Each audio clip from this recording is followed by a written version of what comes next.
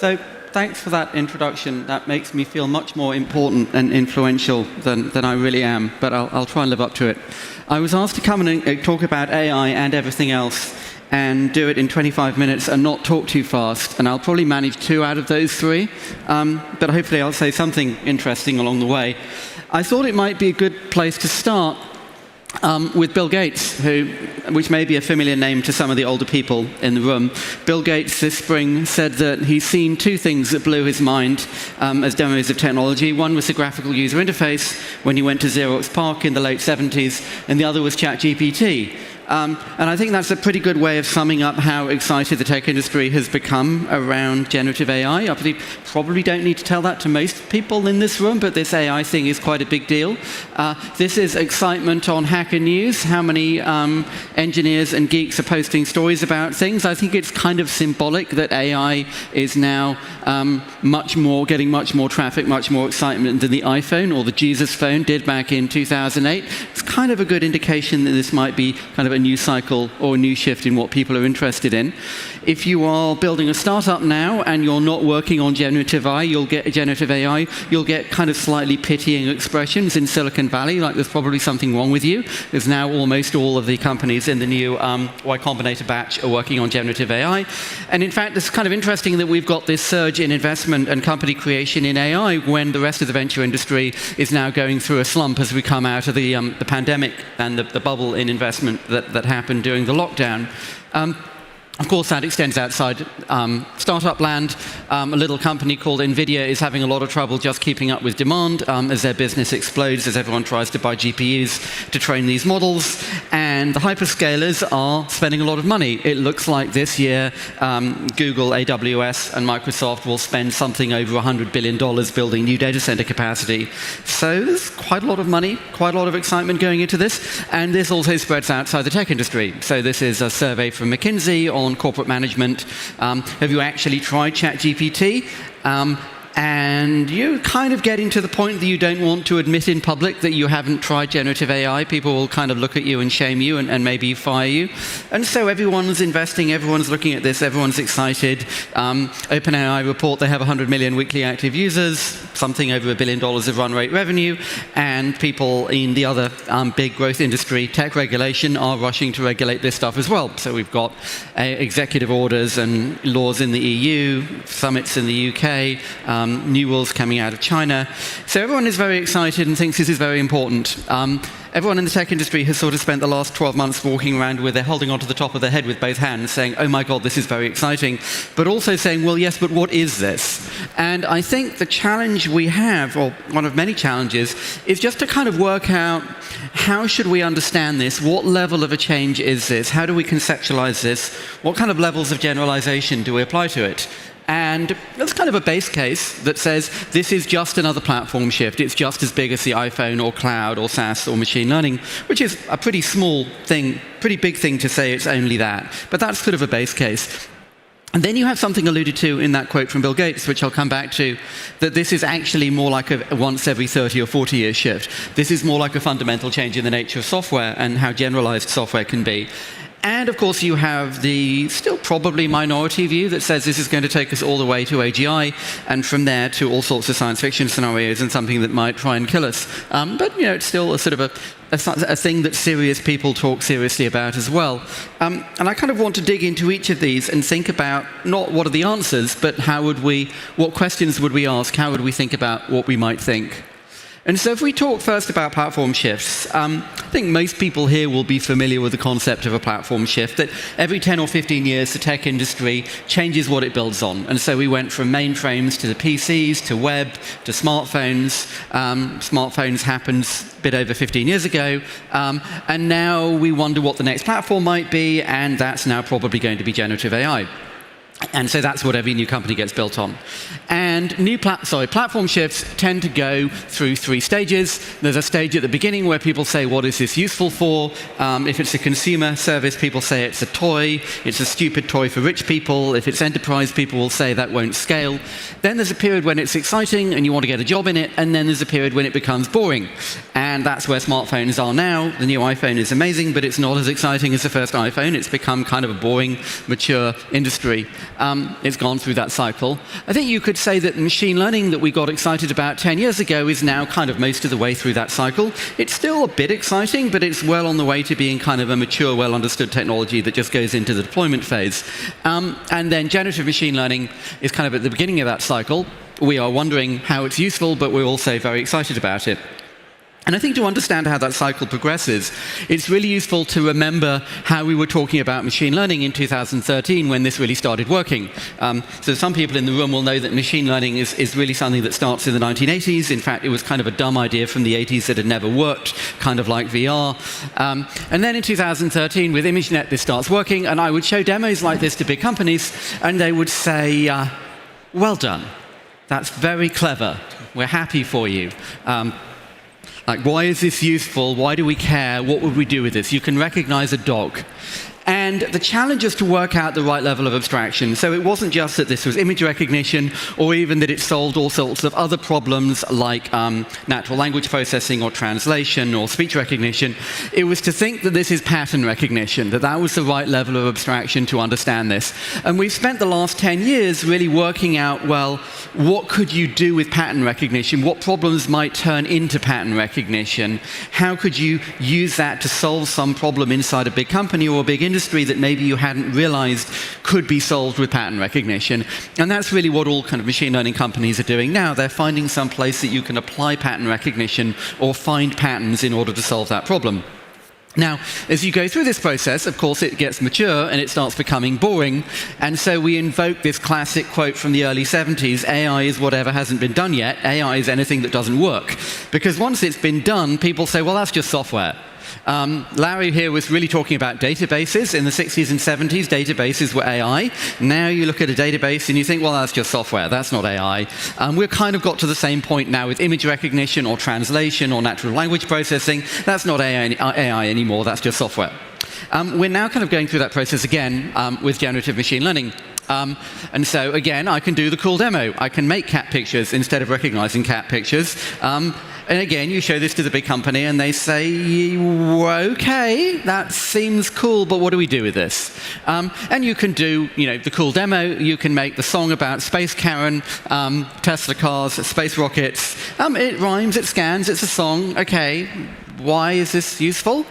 Well, what happens if you're going on holiday next week and you want to know what to do, and instead of opening 30 tabs in Chrome, you can just ask an LLM to give you the answer?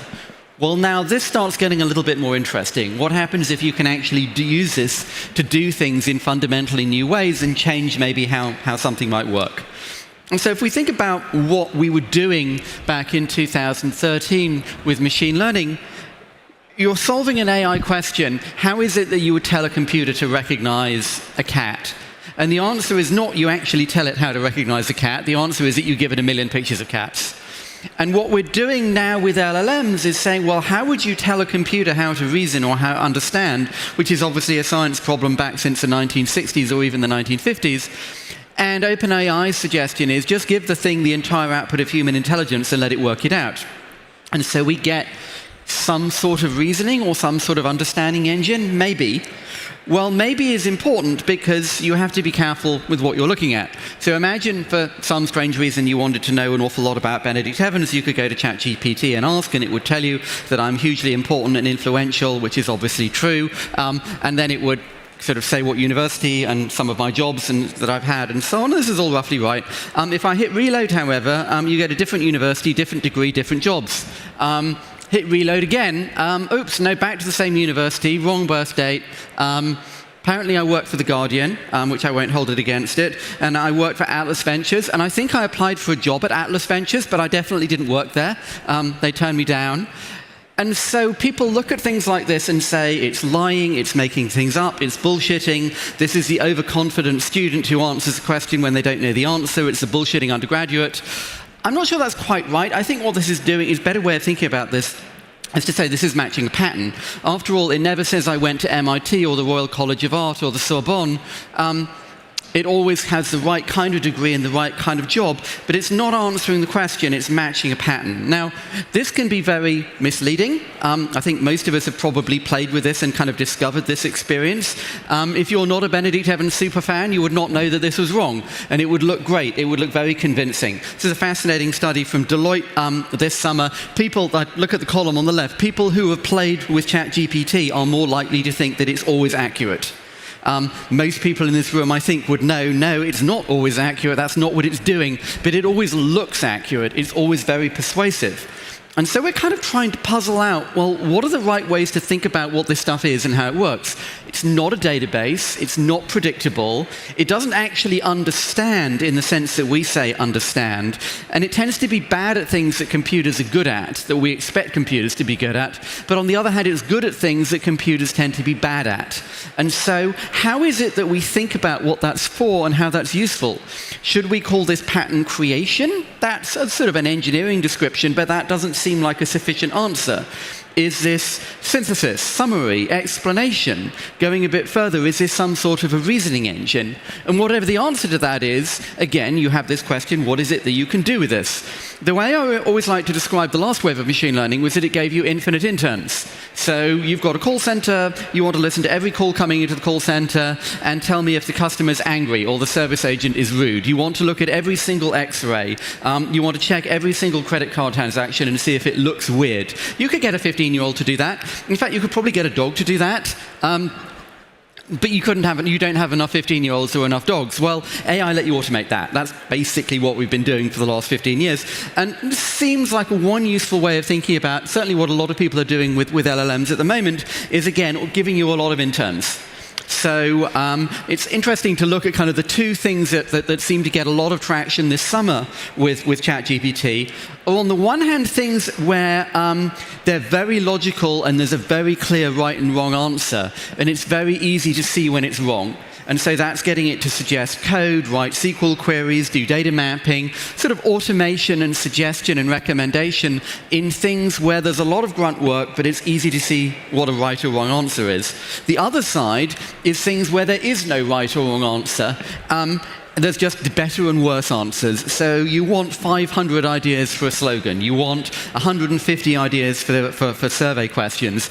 You could get an intern to write you 500 slogans, and then you'd pick the 50 that were good. You can use ChatGPT to write you 500 survey questions, and you pick the 20 that are good, and that's still a lot more useful than doing it yourself. Again, what would you do if you had a million interns in your office and you could ask them to do stuff? Now, part of the pattern here that we're going through this year is that this is getting deployed at great speed almost everywhere. A friend of mine says basically every text box on the internet is going to get an LLM. So here we have LinkedIn, and they're solving the critical problem that LinkedIn has a shortage of generic self-promotion, and so they're going to use ChatGPT to help people create more of that. Slightly more interesting, this is Amazon using generative machine learning to help you work on your product shots. Again, this is basically an intern. You give the intern the picture of the toaster and you say, give me 20 different backgrounds, give me 20 different kitchens, and load it up into Photoshop. And so here we have automated interns. And this is kind of following a pattern that you get with platform shifts. In fact, you probably could have asked ChatGPT how do platform shifts work, and you would get this kind of stuff. So what always happens is that the incumbents look at every new thing, and they say, let's make this a feature. Let's include this in the product we already have. Then a little bit further on, you have startups using the new thing to unbundle the incumbents, to peel something out of Salesforce or Oracle or IBM or Microsoft or Adobe. And then, of course, the really interesting startups are the ones that actually change the nature of the markets, come up with some way of doing something that's native to the new thing. This is, of course, a classic quote from Jim Barksdale from 25 years ago. There's two ways you can make money. You can bundle or you can unbundle. That's what happens with platform shifts. It's kind of interesting to look at Adobe here trying to do both. So on the one hand, making the new thing a feature, integrating generative machine learning into Photoshop. On the other hand, unbundling, creating a new standalone product in Firefly as a way of trying to unbundle their own business. But if you kind of think a little bit further forward about how this stuff tends to evolve, I always love this image. This is a Jack Lemmon movie from 1960 called The Apartment. Jack Lemmon in the middle is a clerk in an insurance company, and he's got a typewriter and an adding machine, and everybody in this building is a cell in a spreadsheet. And the whole building is an Excel file. Once a week, someone on the top floor presses F9, and the whole building kind of recalculates from top to bottom and generates new insurance prices. 1965, they bought a mainframe, and they automated that, and all those jobs got automated into something else. And to begin with, what they did was they just automated what they were doing with Jack Lemmon and all of the people in that building. But then over time, it kind of changed how the company works. When you have a new tool, to begin with, you make it fit what you're already doing. You force it to fit what you're already doing. And then over time, you change the way that you work in order to fit the new tool. We don't run insurance companies like this or financial services companies like this today, but with a computer. We change what they work. How they work. And you can kind of generalize this to think about any kind of platform shift that, you can look at SQL and say, well, that made it easier to build an arbitrary data query. But yes, but what did that mean? Well, that got you SAP and just-in-time supply chains. The App Store wasn't just a slightly better way of putting Java games onto a phone. It enabled a whole wave of new applications. And so we have this sort of question now. Here we have this new platform shift, this shift towards generative AI. To begin with, what we've seen this year are, the equivalent of making a Tetris clone for the iPhone in 2008. Over time, what kind of applications do we build that are native to this new thing? And so that's a sort of a very straightforward discussion of what a platform shift looks like, how this is likely to go. But you could also say, well, maybe this is more than a platform shift. And so let's go back to this Bill Gates quote. He doesn't mention mobile here. He doesn't mention the web or SaaS or open source or cloud. It is the GUI and ChatGPT. It's a much kind of longer time frame sort of innovation. And what he's suggesting here is that you've got a step change in generalization. That with a command line, you had to learn the commands and type them in. And so a very small number of people could do that, and it was a lot of work to do anything even fairly simple. And what a GUI meant was that now you could just see the commands and click on them. You could see your choices and click on them. And so this was a huge change in who could use software and in how much software there could be, how many different problems could be solved with software. But someone still had to make the GUI that you're clicking on. Someone had to make that individual piece of software that you're using to solve your problem, one piece of software at a time. Potentially, with an LLM, with generative AI, you could just go and tell the computer what you want. So you don't need someone to have created a separate tool for every one of the 500 or 1,000 or 5,000 different tasks. So you can have far less software doing far more. And so you can automate massively more tasks. You can have massively more problems being solved, but actually with fewer tools. Maybe. Now, some people might recognize this reference. In the last couple of months, we've had the return of this word agent, which I remember from the 1990s as like a vague hand-wavy term for like a general-purpose AI thing that would do anything. So instead of auto-formatting your document, you can just write the whole application, the whole high school application or university application. The enterprise version of this, you can just optimize the entire thing. You can build the entire thing for you. And again, this is a great dream. It's a very kind of utopian dream that you have one piece of software that can do anything. But I come back to that Jim Barksdale quote again, bundling and unbundling, and I look at ChatGPT and I ask myself, is this a product or is this a technology demo? Can I give this to the accounts payable department of a regional cement manufacturer and say, hey, now you can solve all of your invoicing problems with this? Or do you need to build some other stuff around that? And what I think of when I look at this screenshot is I think of this. You can give people Excel, but what do you do with it? How do you know what you would do when you open that? You have this blank canvas and you've got this grid and it could be anything, but if it could be anything, you don't really know what to ask. This, of course, is why Microsoft produced this screen. They're giving you suggestions and ideas and tooling around that.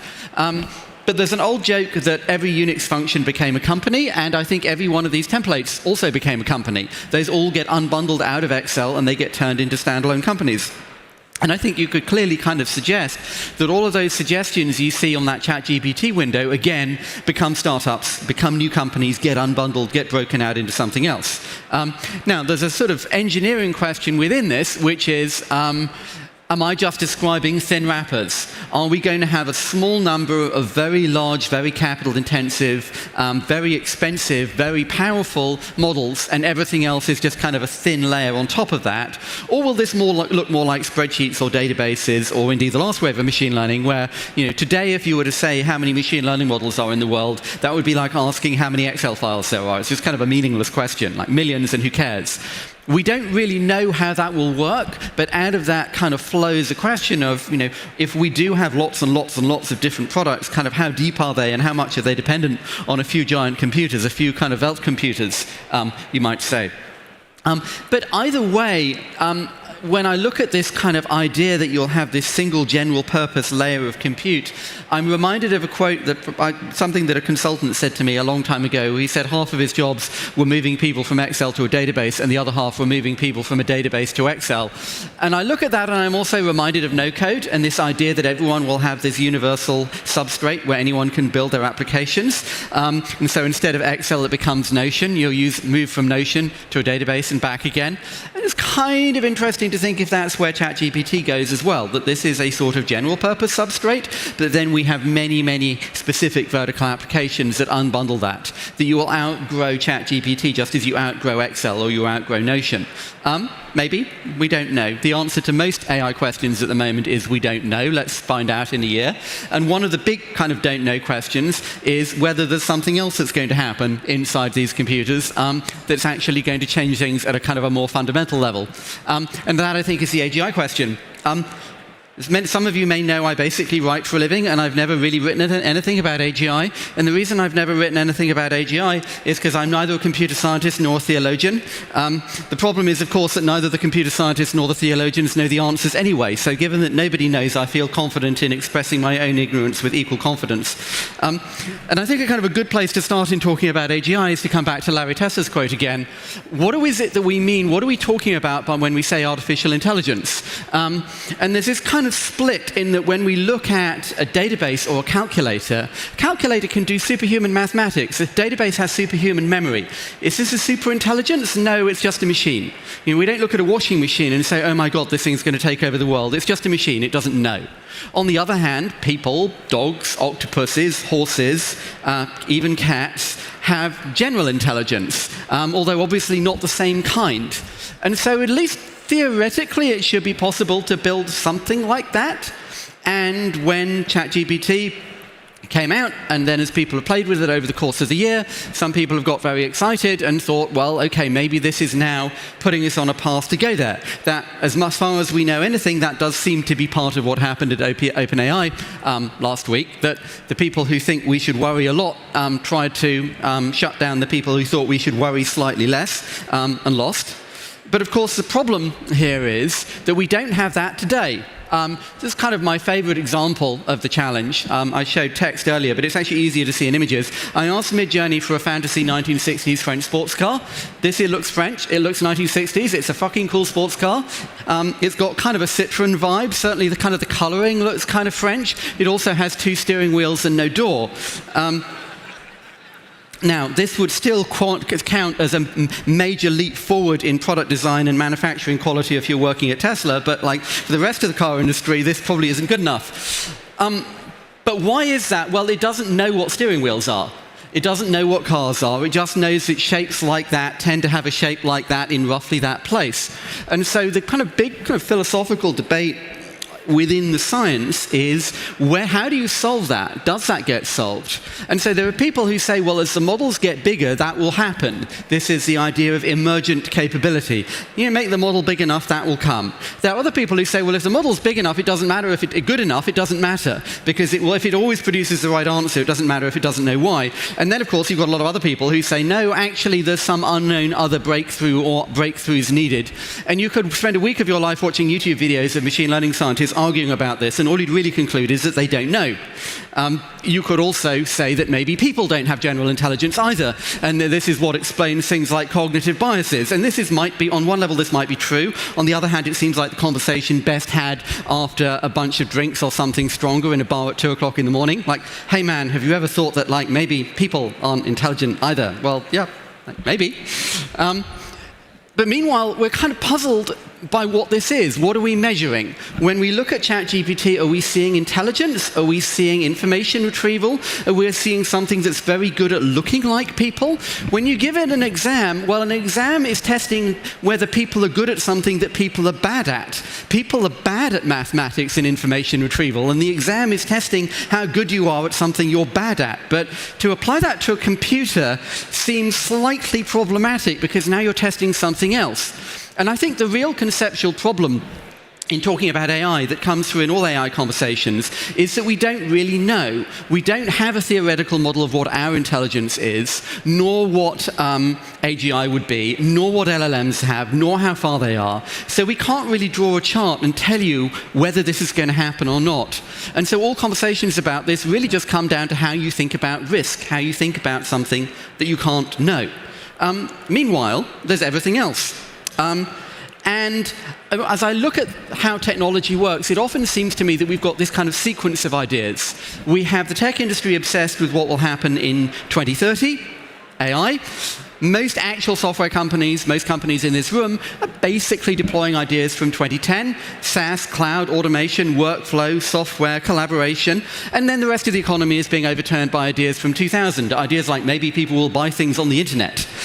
All of those, of course, come with problems. They come with regulatory questions, policy questions, concerns of every kind. But if you think about the broader impact of this, we went through the pandemic, we had a surge in e-commerce, we went back to the trend line, but we're back at the trend line at 20 or 30%. We are now using computers that used to be small, that used to be relatively rare. There used to be relatively few people online. Now 5 billion people have a smartphone. 5 billion people are connected to the internet. And I think the best way to express that is that this chart of online dating, that over half of all the new relationships in the USA start online. And so this stuff has gone from being kind of interesting and exciting, but not part of most people's lives, to a basic part of how every company gets built. And so now we have a Chinese company that's the world's largest fast fashion retailer, Shein, selling $30 billion of product last year. We have IKEA asking themselves, why are we still on the edge of town? Should we have a giant store in the middle of town? And we look at those questions and think, are these software questions or no? What happens to TV? I don't know, that's a TV question. What happens to the car industry? This is kind of a car question. I think the best way to express really what's going on now is to think about, in fact, about the car industry. That the first 50 years of the car industry was what's a car? What's a car company?